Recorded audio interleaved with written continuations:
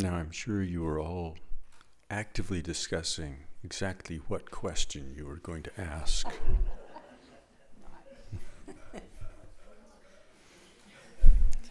So there must be, from the conversations that I detected, there must be at least 2,000 or 3,000 questions floating in your minds. Mine was, who's a good plumber? So there you go. I'll have to read a few more sutras before I see if there's any answer to that question. Yeah. So, what's on your mind? What questions do you have? Any clarification about meditation, the instructions? Anything going on in your life where you might be applying the Dharma?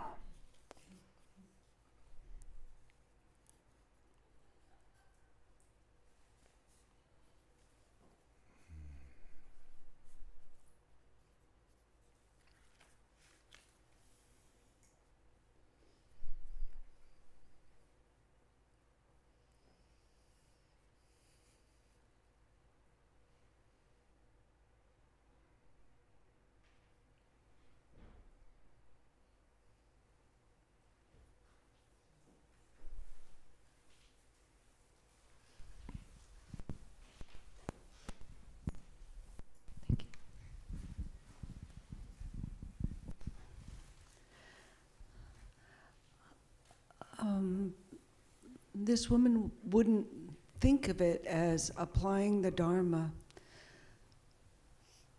but she's like family, and so we're now talking more, and we got to visit. And when we left, she had her first week at school.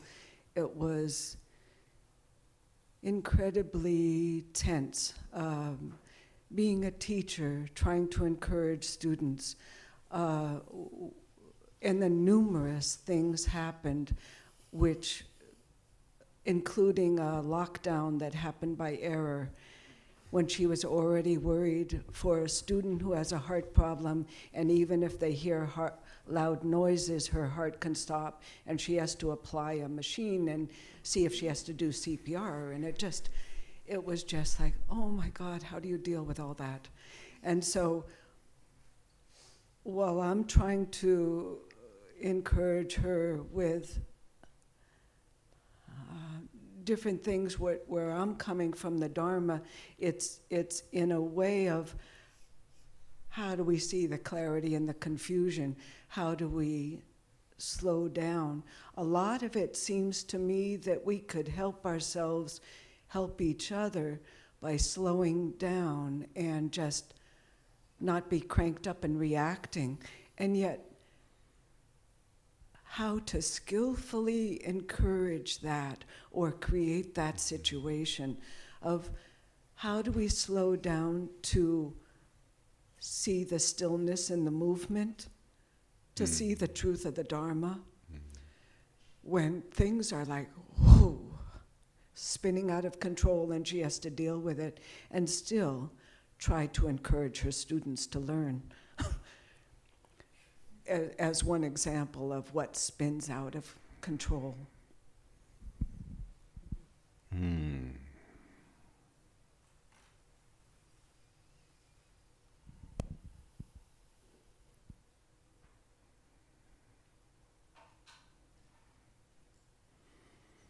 I'm trying to allow the kind of the question to distill itself in the middle of all that.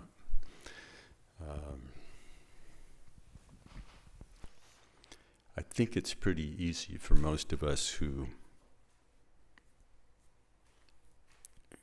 are exposed to the headlines to have some sense of the kind of the challenges that you were describing that she was facing.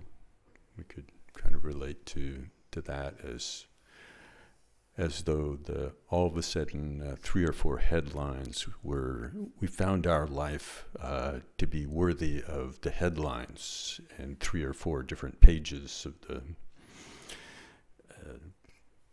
not much fun.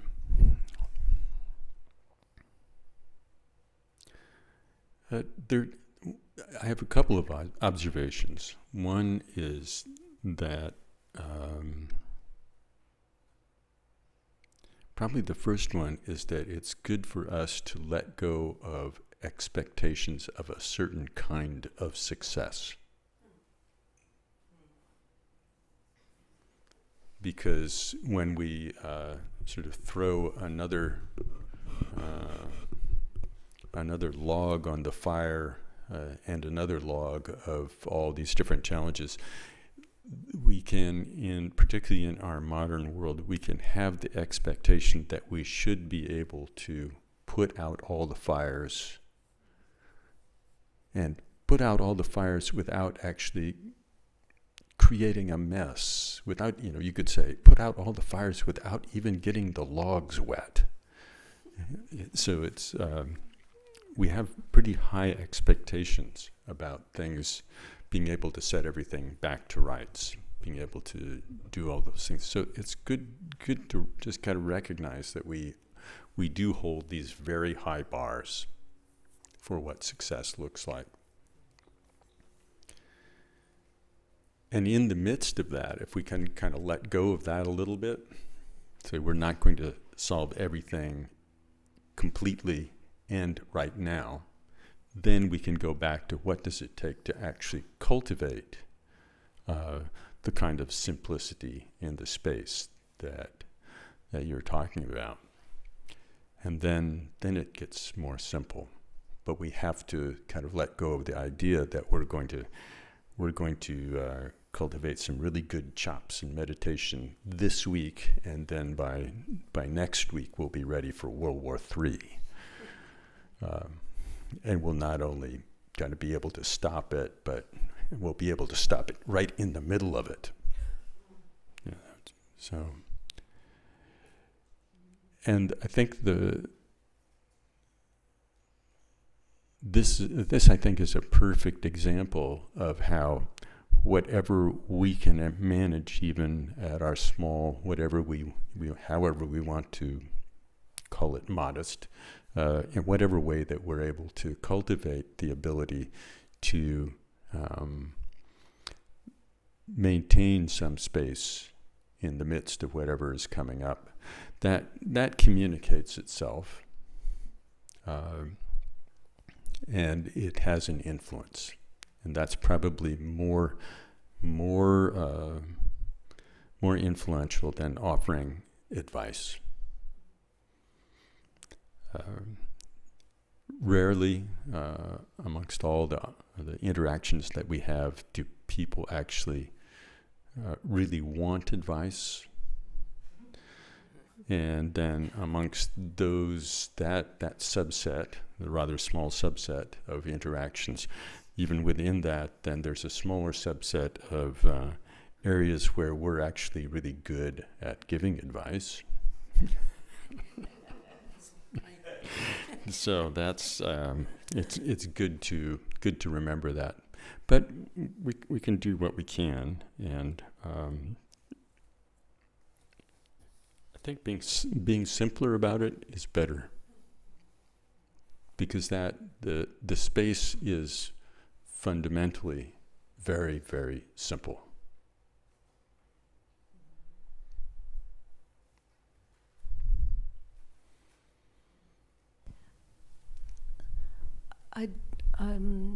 I wasn't thinking of giving advice. I was trying to have an idea how to encourage the space, that slowing down. Yeah. But the other thing you said about lowering the bar, it sounds like that would be, okay, plant a seed. Don't plant to see it grown. Yes, just right. plant seeds. Yeah. And Yeah. just try and exemplify something and encourage space Yeah. slowing down. Yeah, but mainly encouraging your own space. Yeah. So otherwise I can't exemplify. Yeah. Yeah. Duh. Okay. Yeah. Somebody once, I think Michael told this story about somebody asking Baker Roshi. I think I've told this before, but somebody was noticing that a friend of theirs, and this is only kind of tangentially related to the example you've mentioned, but this person was mentioned said, "Oh, well, I've noticed that so and so is all caught up in this and that, and if we're really compassionate, can we pop their bubble? Should we do that?" And he said, "Well, if you're really brave," Baker Roshi in reply said, "if you're really brave, you could pop your own bubble." So that's where it starts, because most of what we do that doesn't start there is not going to be very helpful.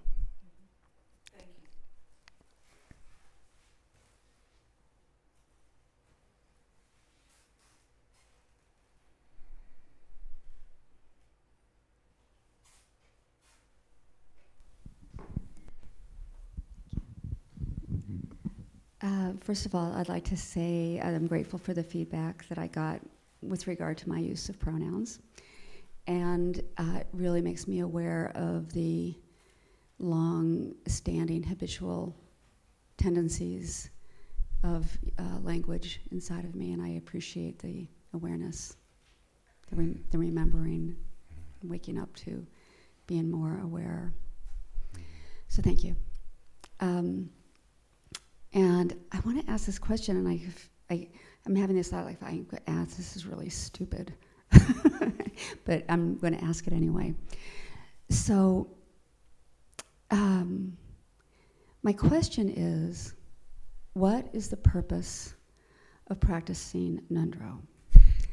And I ask that because I'm doing this POA training. It's very clear to me why I'm doing it. I'm very clear about what the outcome is. I can feel and imagine what the outcome is. Doing, shamatha, that makes sense. There's a result. I can experience it at times. I don't know the purpose of practicing Nundro. Mm-hmm.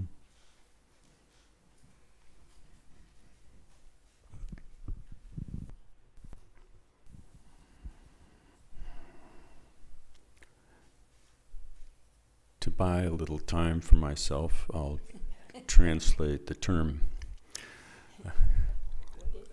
What is Nundro?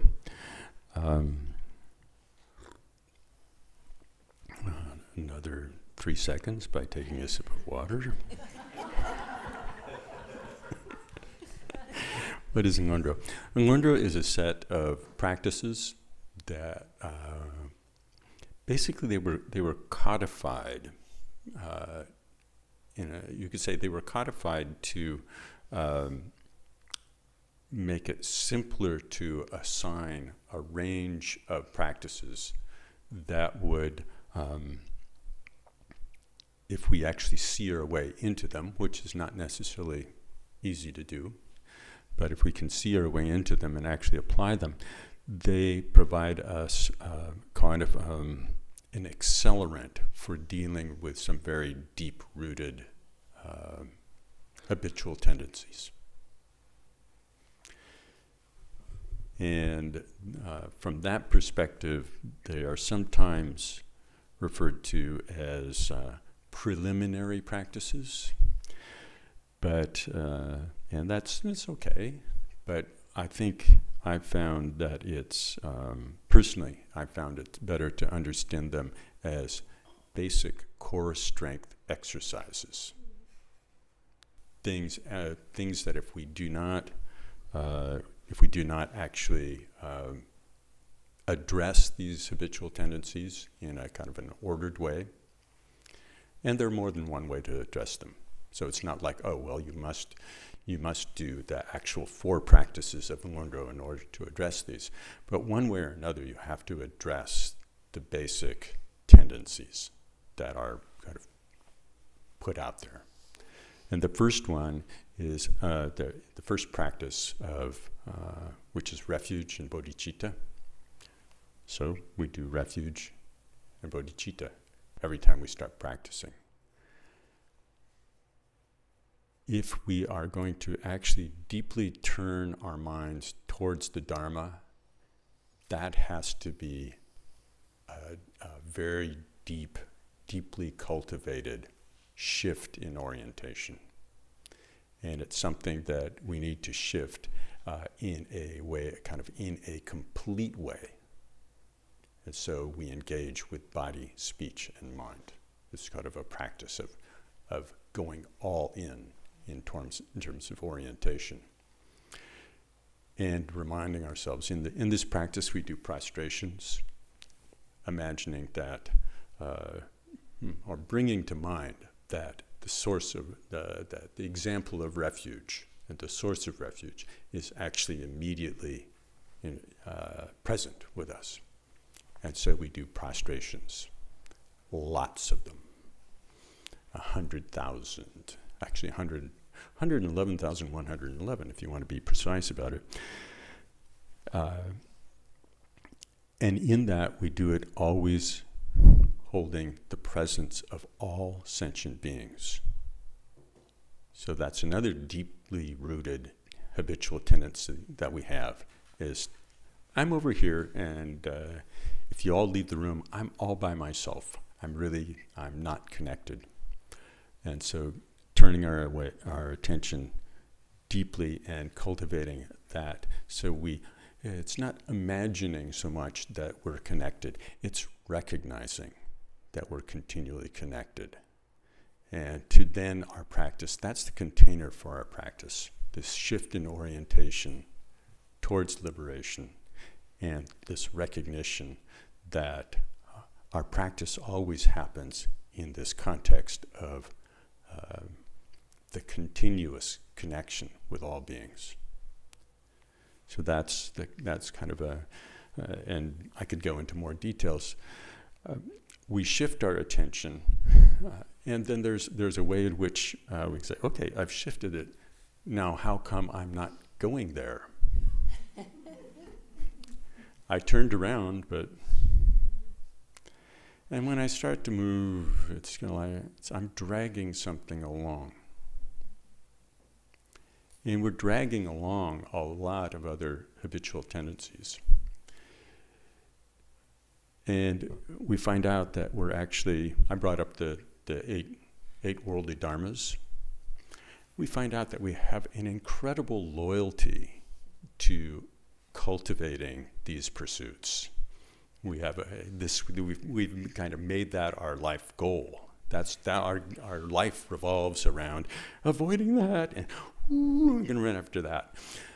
So all that which we're terrified by and seduced by, that we're lost in this, we're complicit in this, terrorizing ourselves and seducing ourselves. So the purification practice of Vajrasattva allows us to actually drop our loyalty. And it's very interesting how that works, because that practice does not revolve around saying, ooh, bad tendency, here, get rid of that one. Geez, this could go on forever. So much. So there is a certain amount of recognition of key habits to let go of and the process of letting go of those.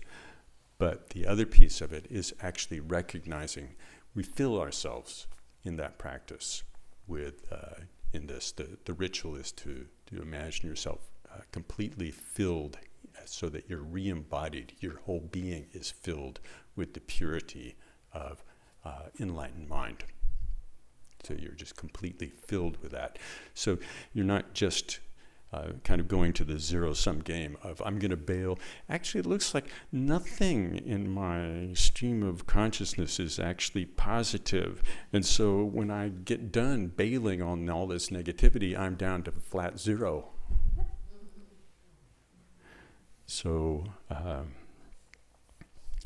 So it's there's the purification actually happens by identifying with this, the possibility of being filled that way. The mandala practice, the third one, is saying, well, okay, but we kind of have this, there's many dimensions to that, but we still have this kind of sneaky if-only mentality. Well, yeah, this Dharma's pretty good, but if I could have this, or if I could have that, if I had all these things, if I had incredible power, if I had amazing possessions, if I was surrounded by all these beautiful things, I wouldn't need the Dharma. Liberation would actually not be particularly valuable. I mean, what would be the point? But in the mandala practice, we take all those things, all the kind of the perfected possibilities that we can imagine having, and we actually offer them. We release them. And as we're recognizing that that's not holding those things would actually not be freedom. It would be dependence. On the kind of the notion, the more we would get, the more trapped we would be. And it's easy to look around examples in our life of people who appear to be more and more and more trapped in more and more and more ways the more they get. So, but we have to apply that to ourselves. And the fourth practice, Guru Yoga, is really involves shifting ourselves from thinking, oh, yeah, that's good for somebody else, but I couldn't possibly be liberated. I couldn't possibly be that. So it's a way to actually shift our sense of where that enlightenment is not just something that happens somewhere else to someone else, but that this is actually something that's possible for me within my stream of being. So that's my short answer.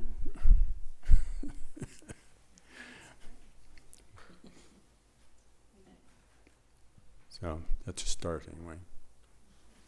Peter.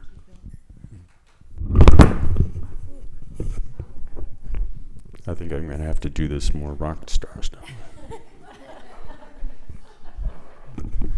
Maybe I should do this for the Vajrayati show. So this is a little bit of a follow-on, and however, I've also heard it said that the Dharma is contained in any one practice, right? Mm-hmm. Completely. And so and this is ignoring like grasping and attachment, right? Because maybe you're attached to a particular practice, but if one is attached to like FOA and it works for you, might that be adequate? Oh yeah, sure. Yeah. I said at the beginning, my little asterisk at the beginning is it's not that you have to do these particular 4 practices, but you actually have to deal with the underlying pieces that they're intended to address. They're just supposed to be a skillful means to assist in that, and to do it kind of sort of like, well, let's make sure we've actually put these things under the microscope, really looked at them.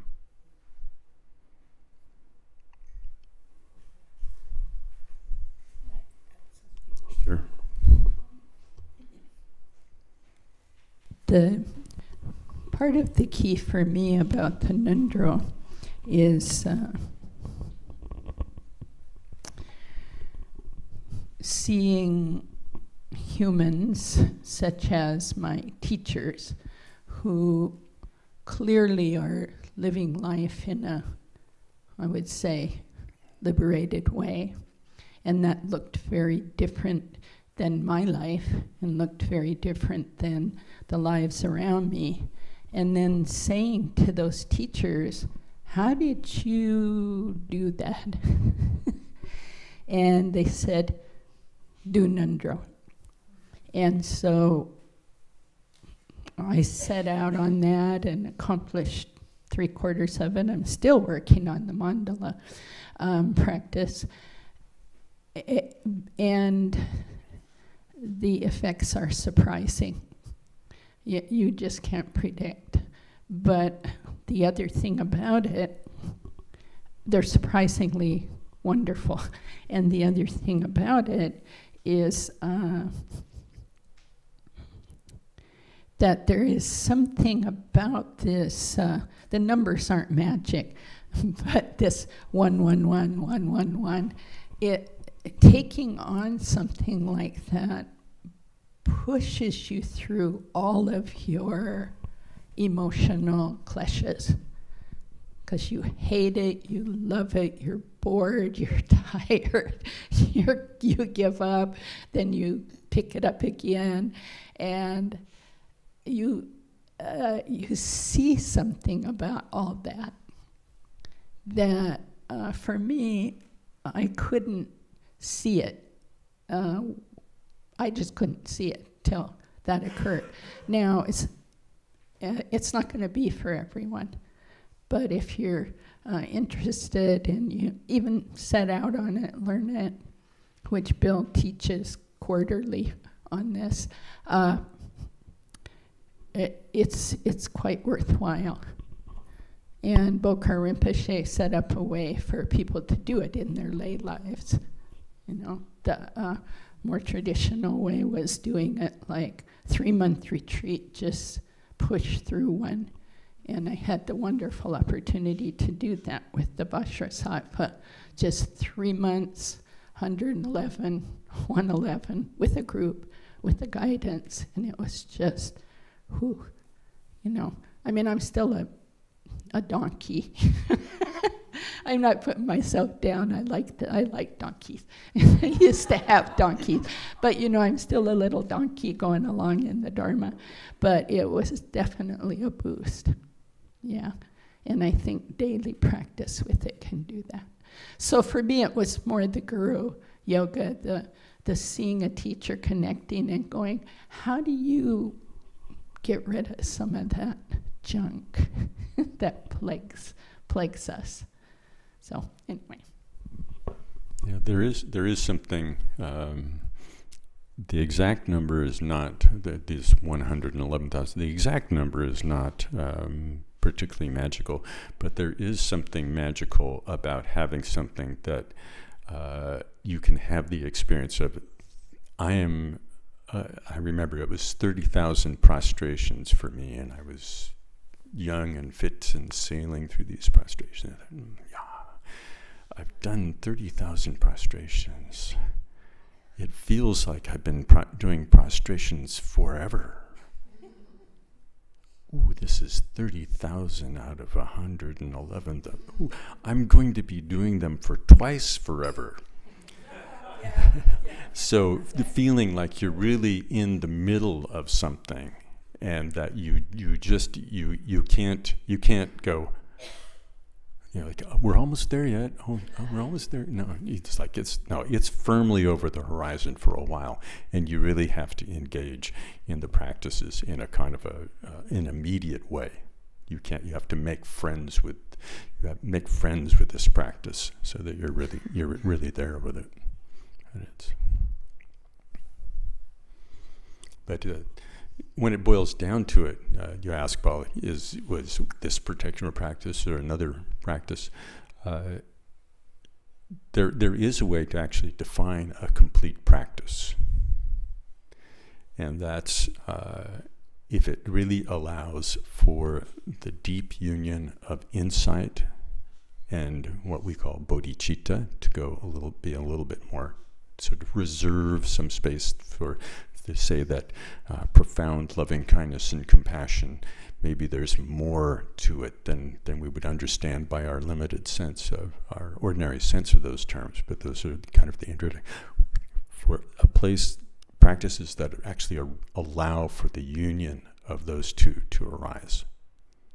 That's a complete practice, and that will allow us to achieve liberation.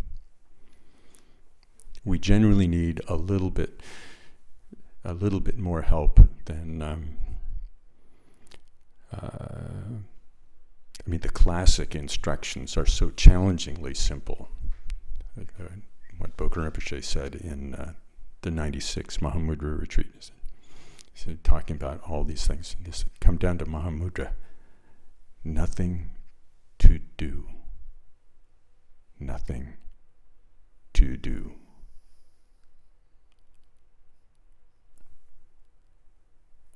Could I have a little help with this? I'm not even sure what this means or how I can't even see what I'm doing. You know, so how do I actually relax that? Oh, okay. Oh, I see. All right. So let's get started. So all the practices actually allow us to move towards the deep simplicity. And it really is important to have an appreciation for that at the core of our practice. Because if we do get wrapped up in the details, in the complexity, we will not have an idea of how it relates back to the profound simplicity that should be at the core. So it's good to ask these questions and think about them. And it is up to us in the end to find the parts and pieces that come together to make it work. So, Tracy. Thank you, and thank you, Salidra, for asking about Ndro. It's very helpful. But personally, what I'm experiencing, I think it might be coming from my practice. I'm not sure I have a clear question, but it's all around connectedness and imagining being connected to all beings or even some beings, and I am realizing I think I'm actually terrified to be connected. Ah, yes. And that I'm noticing yes. how like the lifelong strategies that I've shaped and molded and polished are designed precisely to control or keep me from being connected. And that even the quality of my relationships are like, oh, this is sort of about being a little connected, but not really. Or like, you know, and it's just, I am in this pressure cooker of that right now. And it's kind of a little shocking, and maybe I'm just needing some encouragement. Thank you. That's really wonderful discovery. That's amazing, really. I think you've put your finger on exactly what is at the heart of our general relationship with others. Is I want you close enough so that I can get fed and have my other needs taken care of. But other than that, don't bother me, please. Please don't look at me. Please don't look at me. Please don't know who I actually am. It's kind of terrifying. Trungpa Rinpoche wrote very remarkably about the notion of privacy. That in the Mahayana, there is no privacy. It's like, and it's very unsettling. But the more that we look, the more that we can appreciate that what we are seeing as our unsettledness about this is actually this universal condition. That I'm not the only one who would rather not actually be seen. There is something that's kind of universal in that. And the unease, kind of the deep unease that goes along with that, the path goes right through that unease, actually. It's not a matter of kind of, I will get rid of this, and then it goes right through it. And in that, there's the cultivation of humility. It's kind of like, oh yeah. Pride is that thing that tells us that everything's okay. I don't need to look at anything. So it's part of kind of what, if we can kind of keep the veneer up, then I don't have to look. Everything must be okay. I'm feeling really good about everything. But it's also a reflection of this same sense of disconnection. But looking deeply into our experience and starting to feel that, no, this is actually, this discomfort is actually very universal. That is kind of however we tap into the universality of that discomfort, then we actually have the beginning of something really deep about compassion.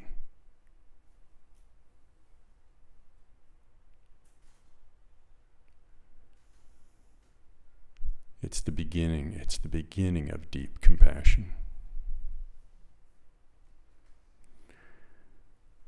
But part of the process along the way, now we're talking about kind of more on the loving kindness, compassion, the kind of the relative bodhicitta kind of in relationship to. But the aspect of insight also needs to be cultivated in that, because we also need to look more carefully. Well,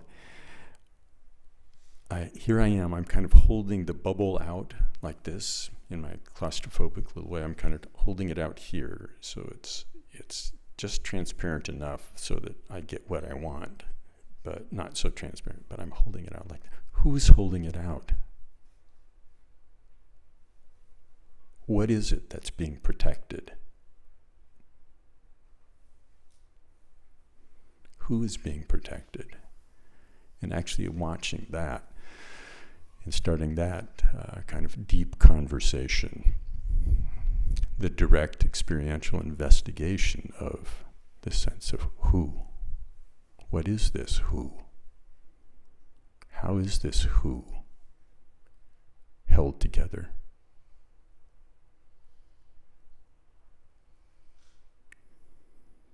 The two go very closely together. So this is where we're getting down to kind of the union of insight and compassion, insight and relative bodhicitta.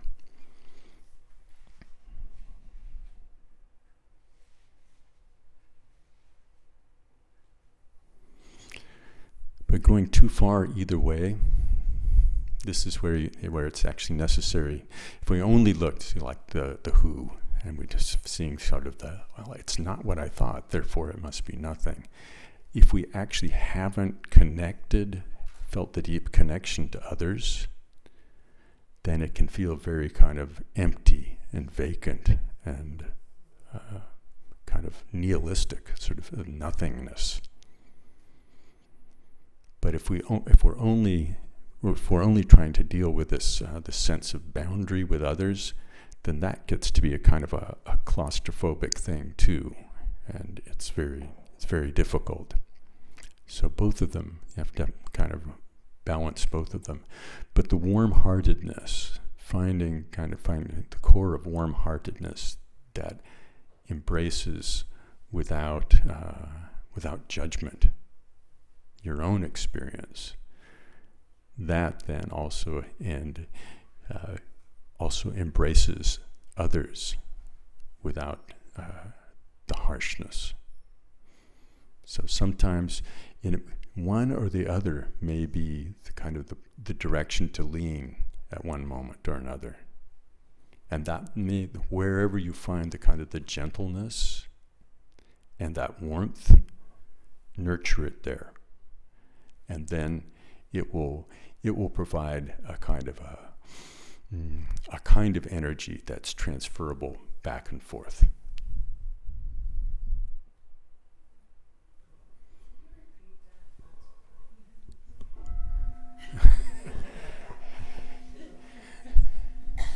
About the warmth?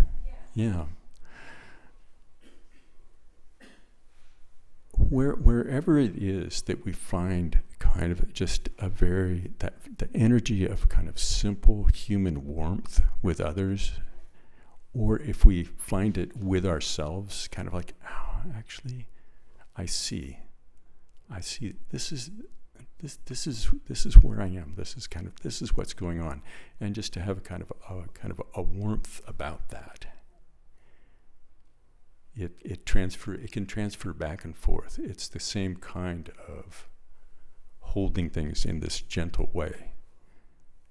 And so at times we might actually see it kind of with somebody else. Like, we actually feel really connected and kind of a very simple warmth. We don't know what to do exactly, but there we are. Here we are together.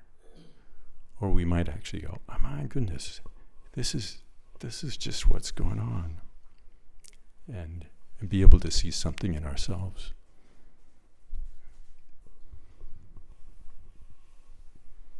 Thank you. So let us dedicate this, that it may be of deep benefit. Wherever we find the thread, to begin to follow that, and to feel that just like us, all other beings are following their threads too. By this virtue may I quickly realize Mahamudra and establish all beings without exception in this state.